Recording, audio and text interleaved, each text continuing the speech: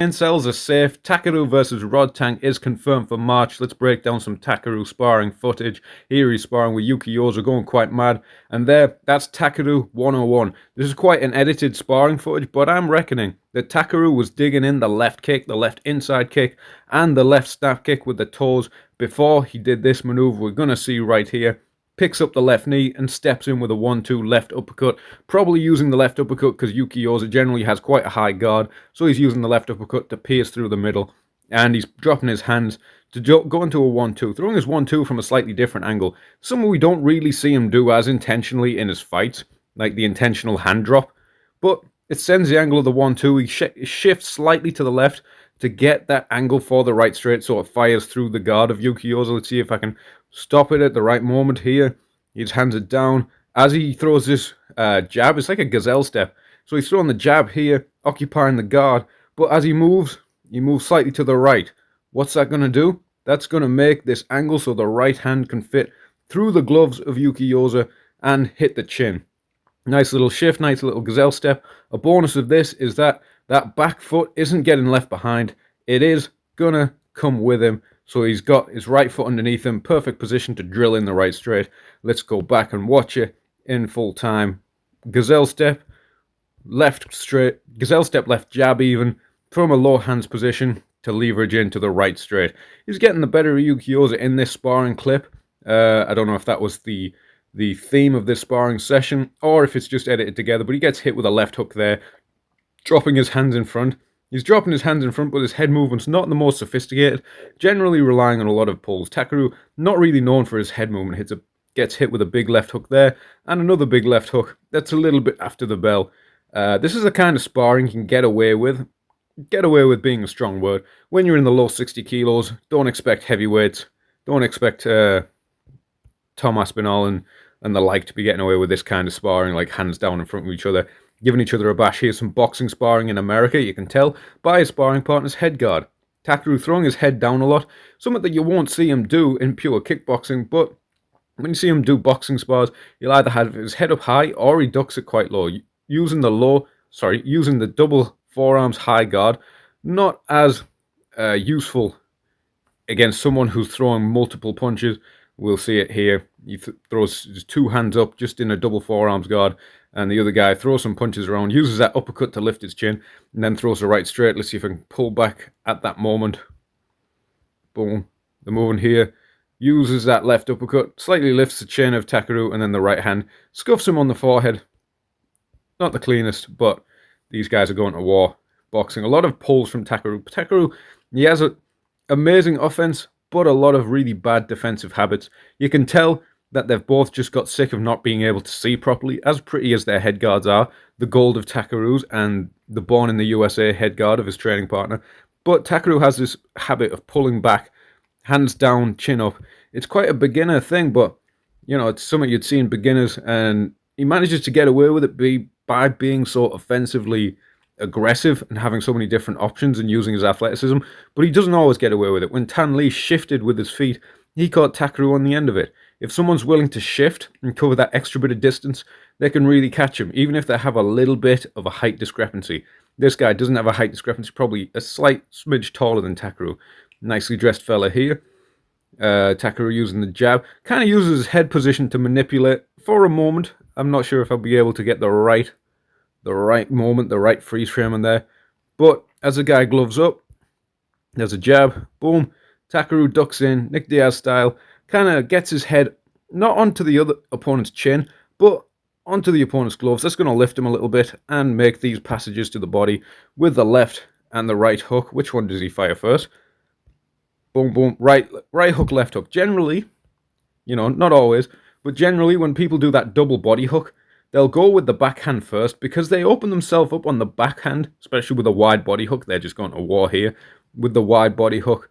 And then when they throw the left body hook, they can really leverage into it, drill it into the liver, and it closes up his stance. There he kind of did the same, but the old John Lineker goes back up to the head instead of doing the left hook to the body. Right hook body, then left hook head. Doubling up with the body hook. All the time, as you land a good body hook, it drops someone's elbows, but someone more experienced, is often expecting you to go to another point after you've drilled them to the liver, so they'll keep their other hand disciplined at their chin. But Takeru went to the body again, double hook to the body. Issei Ishii is the king of the double hook to the body, also Roman Gonzalez. Going crazy here, very hard to see what's going on. They've put the shin guards on, hopefully a bit more kickboxing sparring in these little compilations. There's a jab.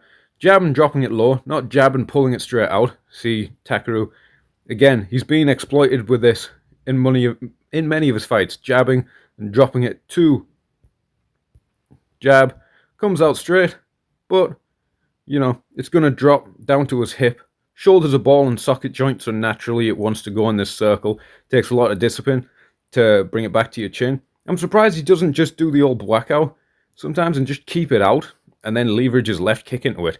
I think there's a lot of Takeru stuff you can actually take from Buakao. Not for me to say, lowly little me, to say what Takeru should and shouldn't be doing.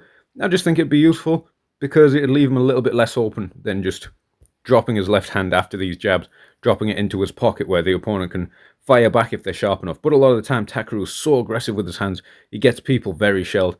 There, he's hitting a combination, ending with a left hook. And that's going to leverage into the low kick. The left hook lands to the body. It does land clean, but even if it lands on the arm, it's going to drop all the weight onto that left leg of his opponent. So there's no way he can pick it up, move it, or check. That's one of the keys of combination striking in kickboxing. Let's go back a smidge to the fridge.